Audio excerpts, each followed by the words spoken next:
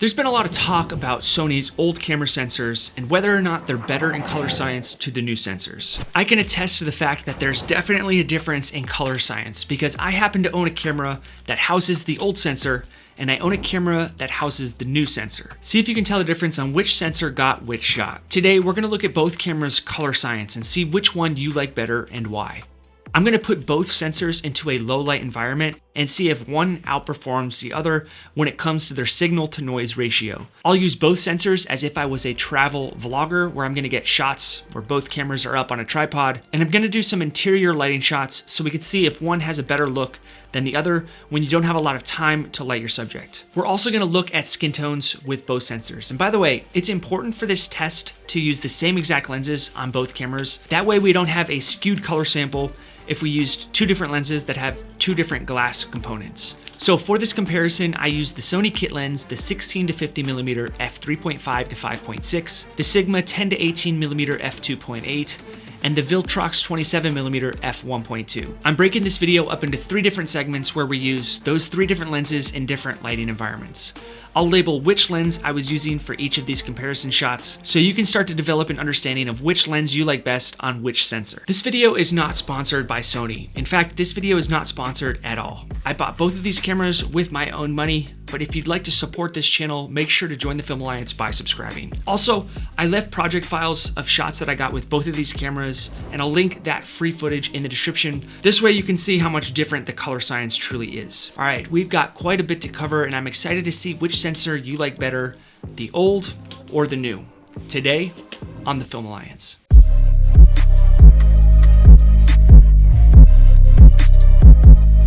If you like videos like this one, make sure to like this video so I know to make more videos like this one. We're gonna start off in low light with the kit lens housed on both of these sensors. And you can see in this first shot, the light on the old sensor has more of a saturated look in the light compared to the more whitish light that we get with the newer sensor. And when I get up for an even closer shot, you can see the same thing is happening. We're getting a lot more saturation or yellowish hue around the light with the old sensor compared to the pure white we get with the newer sensor. And I see a similar trend with all of these low light shots, even though this one isn't that noticeable. The newer sensor still has a little bit less saturation in the camera than the old sensor. I'm not using any picture profiles with either of these cameras. We're just shooting straight at a camera, and you can see that the grass on the newer sensor is less yellow or saturated than we get with the old sensor. The older sensor seems to really want to spice the image up by adding saturation in camera, which I'm not a huge fan of.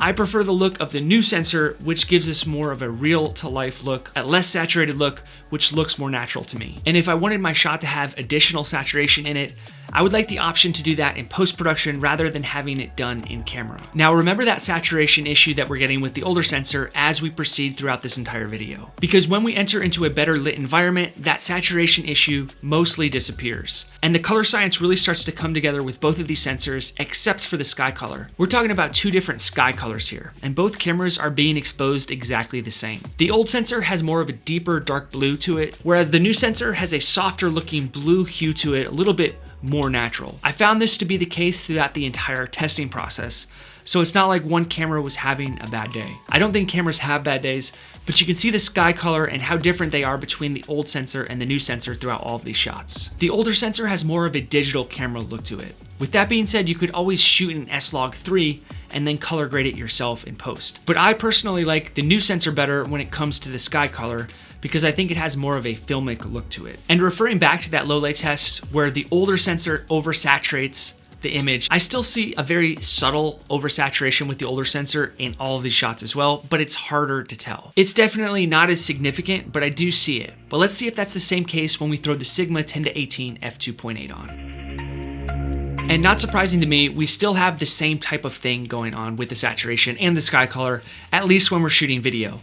So I took some photography shots to see if it happened here as well. And sure enough, I think that the brick looks more saturated with the older sensor. Now, some people might like the look of the older sensor because that means you're gonna have to do less post-production work. You can just shoot it and then upload it. Whereas the newer sensor has more of a neutral look to it, which gives you the ability to do a little bit of post-production work if you'd like to. With this photography shot, I see that the older sensor has a little bit more of a greenish hue to it in the sun color over the old sensor. But when I go into an uncontrolled lighting environment like this, I really don't see much of a difference at all as far as color science goes and as saturation goes. And interestingly enough, when we jump back into a low light environment with both of these lenses, I don't see that oversaturation thing happening again when we were using the kit lens with the old sensor. But where I do see a tremendous shift is in the colors of the skin tones, as you can see in this vlog type of setup. Look at how my skin tones are way more saturated with the older sensor. It almost doesn't look good. It's almost begging for more light to be hitting the sensor. Here's when we're really able to see the image degradation you get with the older sensor compared to the newer sensor. But this actually doesn't have anything to do with the sensor itself,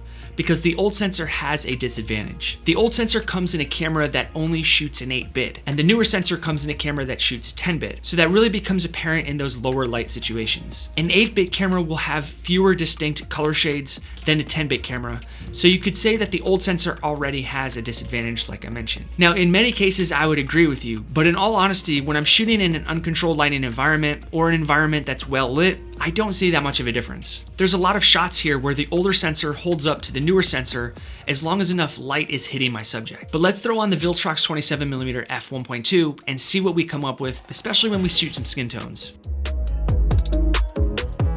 You can see here that when enough light is hitting your subject, you don't get much of a difference in not only the skin tones, but also the overall color science. When you get into these lower light environments, you're gonna see a big difference when it comes to how the older sensor oversaturates your shot, including the skin tones like you're seeing here. I could always bring the saturation down in post-production, but I would really prefer not to touch anything, especially if I'm shooting straight at a camera, and that's what I prefer to do. But the newer sensor just has an overall better looking image with skin tones when you're in a low light environment. And when I turned both sensors at a different angle, I saw a lot of the same thing going on where the older sensor seems to oversaturate my skin tones. But for photography, it really does match up mostly with the color science. I get a little bit more contrast with the newer sensor, but not enough to make me think that one's better than the other.